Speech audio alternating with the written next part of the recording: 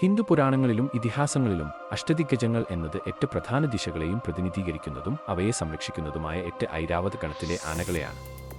ഈ ആനകൾ ഭൂമിയെ താങ്ങി നിർത്തുകയും പ്രപഞ്ചത്തിന്റെ സന്തുലിതാവസ്ഥ നിലനിർത്തുകയും ചെയ്യുന്നു എന്നാണ് വിശ്വാസം. ഓരോ ദിഗ്ഗജത്തിനും അതിൻ്റേതായ ഇനയും ഓരോ ദിശയുമായി ബന്ധപ്പെട്ട പ്രാധാന്യവുമുണ്ട്. ഐരാവതം കിഴക്ക്. ദേവേന്ദ്രന്റെ വാഹനമായ ഐരാവതം ദിഗ്ഗജങ്ങളിൽ ഏറ്റവും പ്രധാനപ്പെട്ടതാണ്.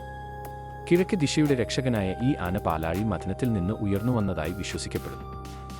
4 കൊമ്പുകളും 7 തുമ്പിക്കൈകളുമുള്ള ഐരാവതം മേഘങ്ങളെ ആകർഷിച്ച് മഴ പെയ്യ്ക്കാൻ കഴിവുള്ളവനാണെന്ന് പറയപ്പെടുന്നു. ഐരാവതത്തിന്റെ പത്നി അപ്രമോ ആണ്. പുണ്ടരീകൻ തെക്കുകിഴക്ക്. തെക്കുകിഴക്ക് ദിശയുടെ സംരക്ഷകനാണ് പുണ്ടരീകൻ.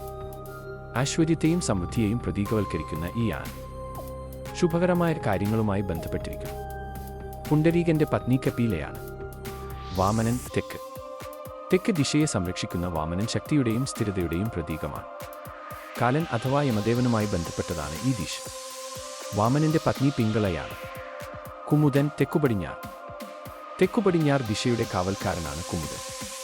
ഇദ്ദേഹം സാധാരണയായി ജലവുമായി ബന്ധപ്പെട്ട കാര്യങ്ങളെ പ്രതിനിധീകരിക്കുന്നു. കുമുദന്റെ പത്നി അനുപമയാണ്. അഞ്ജനൻ പടിഞ്ഞാർ.